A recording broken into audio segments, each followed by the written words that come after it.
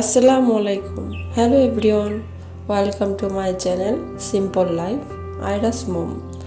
সবাইকে স্বাগতম জানিয়ে আমাদের সাদামাটা জীবনের নতুন একটি ব্লগ ভিডিও নিয়ে হাজির হয়েছি। আশা করছি আমার আজকের ব্লগ ভিডিওটি আপনাদের কাছে ভালো লাগবে। আমি ফারজানা ইয়াসমিন নেওয়া আছি আপনাদের সাথে ঢাকা থেকে।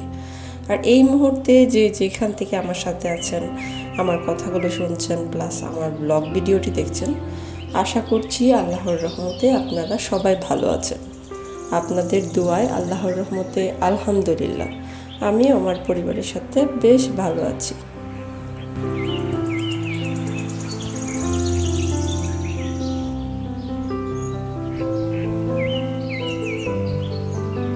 তেহারি রান্নার জন্য মাংসটাকে আমি আগে ম্যারিনেট করে রেখেছিলাম, আর এখন এক চুলায় সেটাকেই কষিয়ে নিচ্ছি। আর এই তো অন্য চুলায় আমার বাবার জন্য একটা মাংস বসিয়ে দিয়েছি, যেহেতু বাবা বাসায় থাকবে আর আমরা ফুল ফ্যামিলি একটা জায়গায় বেড়াতে যাচ্ছি। তো যেহেতু লম্বা একটা জার্নি, আর সেই জার্নিতে ট্রেনের মধ্যে খাওয়ার জন্যই মূলত তেহারিটা রান্না করছি।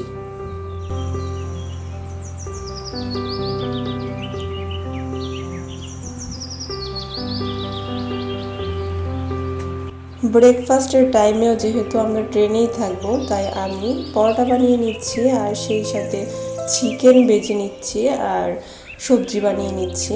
তো এগুলো এখন আয়োজন করছিলাম, আর আমরা কোথায় যাচ্ছি, কি মজা করব, তার সব কিছু এই ব্লগে থাকছে।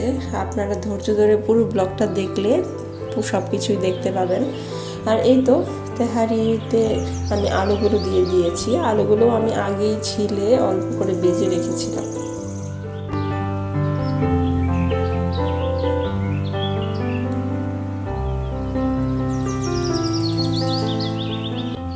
এক চুলায় পোলাও বসিয়ে দিয়েছি, আর পোলাওয়ের চালটা অল্প সিদ্ধ হওয়ার পর আমি সেই কষিয়ে রাখা মাংসটা আর সেই সাথে আলু মিক্সড করে দিয়ে আলতো হাতে সব কিছু মিশিয়ে নিয়েছি।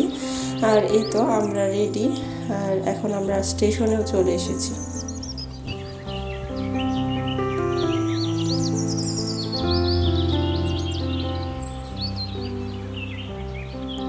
আমাদের ট্রেন আসতে আরও কিছুটা সময় লাগবে, যার ফলে আমরা ওয়েটিং রুমে বসে অপেক্ষা করছিলাম।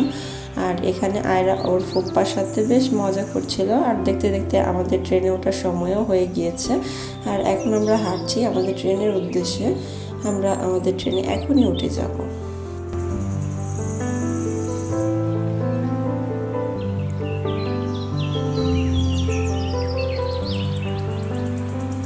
তো বলাই হয়নি আমরা আসলে কোথায় যাচ্ছি। আমরা আসলে যাচ্ছি কক্সবাজার, তবে আমরা ঢাকা টু কক্সবাজার টিকিটটা পাইনি, যার ফলে আমরা ঢাকা টু চিটাগাং এর টিকিটটা কেটেছি। আর আমরা ভোর 5টা 5:30 নাগাদ গিয়ে সেখানে পৌঁছাবো। আর তারপর সেখান থেকে নেমে কিছুটা সময় অপেক্ষা করব, তারপর আরও একটা ট্রেনে উঠে তারপর কক্সবাজার যাব।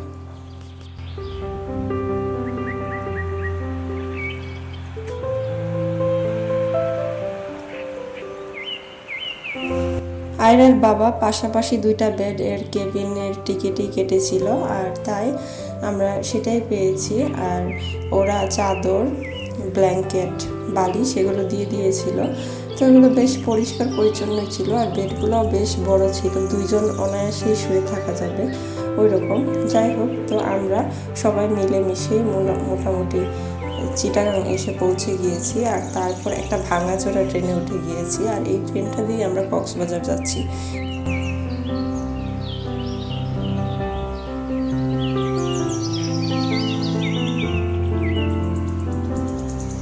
আমরা ঢাকা থেকে চিটাগাং পর্যন্ত এসেছি তুরনা এক্সপ্রেস দিয়ে। রাত 11:30টায় ছেড়েছিল, আর সেটা এসে পৌঁছেছে 5টা বাজে। আর রাতের ট্রেনে তো মোটামুটি আমরা ঘুমাতে এসেছি, কিছুই দেখতে পাইনি বাইরের দৃশ্য।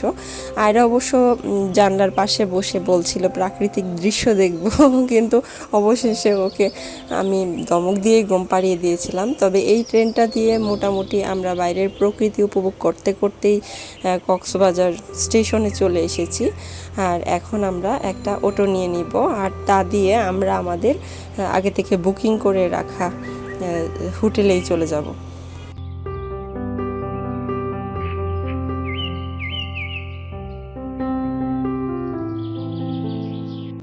এই তো এক্ষুনি আমরা ডলফিন মোড় ক্রস করলাম, আর খুব বেশি দূরে না, অল্প একটু সামনেই আমাদের বুক করে রাখা হোটেল অ্যান্ড রিসোর্ট নিসর্গ, সেটাতে আমরা এখন চলে এসেছি।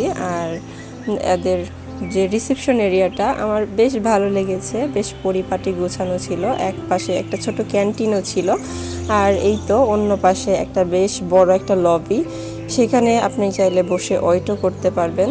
আর এখানে ছবি তোলার একটা বুথও আছে। তো এই সব মিলিয়ে বেশ ভালোই লেগেছিল।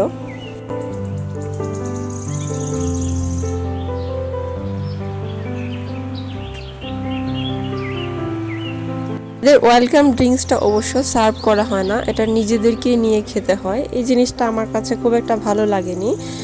যাই হোক, আমরা বসেছিলাম আর আয়রার ফুপ্পা এসে আমাকে আর আয়রাকে দুজনকে দুইটা ড্রিঙ্কস দিয়েছিল, আর আমরা সেটাই বসে বসে খাচ্ছিলাম। ওদিকে ওরা রিসেপশনের কাজটা ফিল আপ করে নিচ্ছিল। আয়রা বলছিল বারবার ছবি তুলবে, তাই ওখানে ওকে একটু ছবিও তুলে দিয়েছি। আর এই তো এখন আমরা রুমে চলে যাচ্ছি।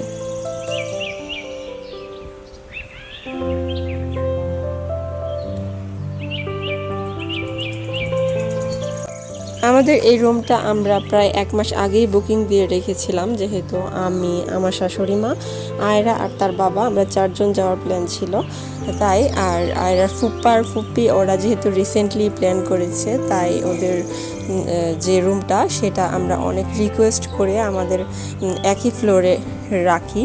আর এই তো রুম থেকে দেখতেই পাচ্ছেন সাইড সি ভিউ হয়। আর এই তো পাশাপাশি দুইটা রুম, মাঝখানে একটা ওয়াশরুম।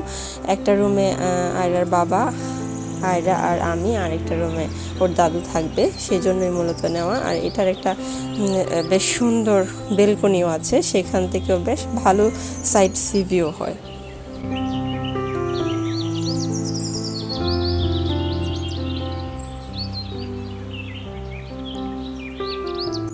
আমাদের রুমের দুইটা বেডই বেশ বড় বড় ছিল, আর এখানে অনায়াসে 3 জন করে থাকা যাবে, কোনো সমস্যা নেই। আর এই তো ওয়াশরুমটাও বেশ পরিষ্কার পরিচ্ছন্ন আমার কাছে এবং আর বাবার কাছে বেশ ভালো লেগেছে। এখানে কিছু ম্যাটেরিয়ালসও দেওয়া ছিল যেগুলো খুব প্রয়োজনীয়। আর এই তো সেই ব্যালকনি, যেখান থেকে সাইড সি ভিউ হচ্ছে, দেখতে বেশ ভালো লাগছিল।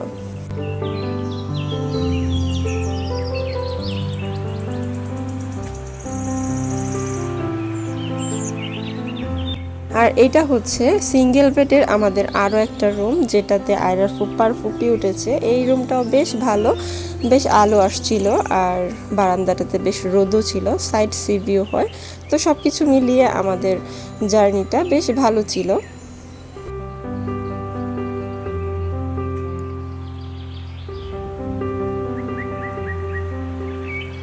আমরা যেহেতু একটা লম্বা জার্নি করে এসেছি, তাই প্রথমে আমরা ফ্রেশ হওয়ার জন্য সুইমিং পুলে চলে যাচ্ছি।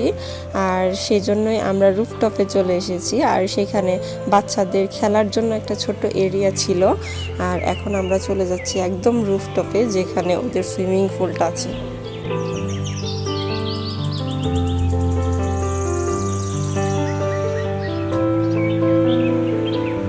নিসর্গ হোটেলের রুফটপটা এত বেশি সুন্দর যে অধিকাংশ মানুষ এটার রুফটপটা দেখেই মূলত এই হোটেলে আসে। আমিও তার ব্যতিক্রম না, আমার কাছে খুবই ভালো লেগেছে, আর সেজন্যই মূলত এই হোটেলে আসা। আর সবথেকে বড় বিষয় যেটা, আমি একটু ক্লাউড এরিয়াটা একটু অ্যাভয়েড করতে চাচ্ছিলাম, যেহেতু আমরা ভিজবো সমুদ্রে। আর নিসর্গ হোটেলের পাশেই যে বিচটা, সেটা বেশ নিরিবিলি থাকে সব সময়, আর সেখানে আমরা ভিজবো বলে চিন্তা করেছি, সেজন্য এখানে ওটা। যাই হোক, এখান থেকে সি ভিউটা বেশ ভালো আসছিল, রুফটপ থেকে সি ভিউটা এত বেশি সুন্দর আসছিল যে এখানেই সময় কাটাতে ইচ্ছে করছিল। যাই হোক, এখন আমরা এখানে কিছুক্ষণ ছবি তুললাম, তারপর আমরা সুইমিং পুলে নামলাম।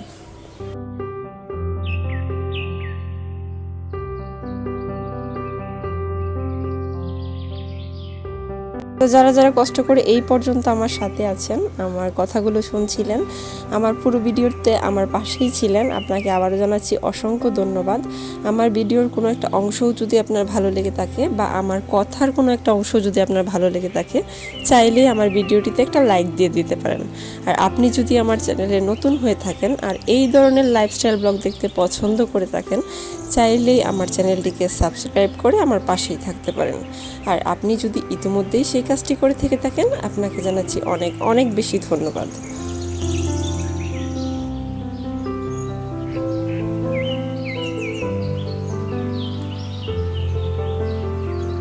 সবাই মিলে একসাথে সুইমিং পুলে নামলাম আর সেখানে বেশ মজা করছিলাম। আয়রা তো খুব বেশি মজা করছিল। সেখানে আমরা অনেকগুলো ছবিও উঠালাম আর অনেক দিন পর সুইমিং করলাম, বেশ ভালো লাগছিল। তো এখান থেকে রুমে ফিরে ফ্রেশ হয়ে এখন আমরা চলে এসেছি বিচে। আর এটা হচ্ছে কলাতলি বিচ। এখানে আমরা সবাই মিলে বেশ মজা করছিলাম আর সূর্যডুবি দেখলাম এখানে সবাই মিলে। তো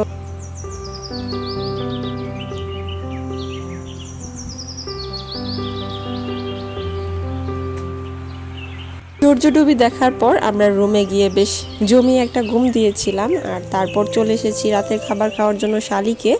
আয়রা আর তার দাদু খুব বেশি ক্লান্ত, যার জন্য তারা এখনও ঘুমাচ্ছে। আমরা 4 জন এসেছি আর আমরা খাওয়া দাওয়া করে তাদের জন্য খাবার নিয়ে যাব। তো এতক্ষণ ধরে যারা যারা আমার সাথে ছিলেন আপনাকে আবারও জানাচ্ছি অসংখ্য ধন্যবাদ। তো আজকের ভিডিও আর বড় করব না, সবাই ভালো থাকবেন, সুস্থ থাকবেন, আমাদের জন্য দোয়া করবেন। আল্লাহ হাফেজ, আসসালামু আলাইকুম।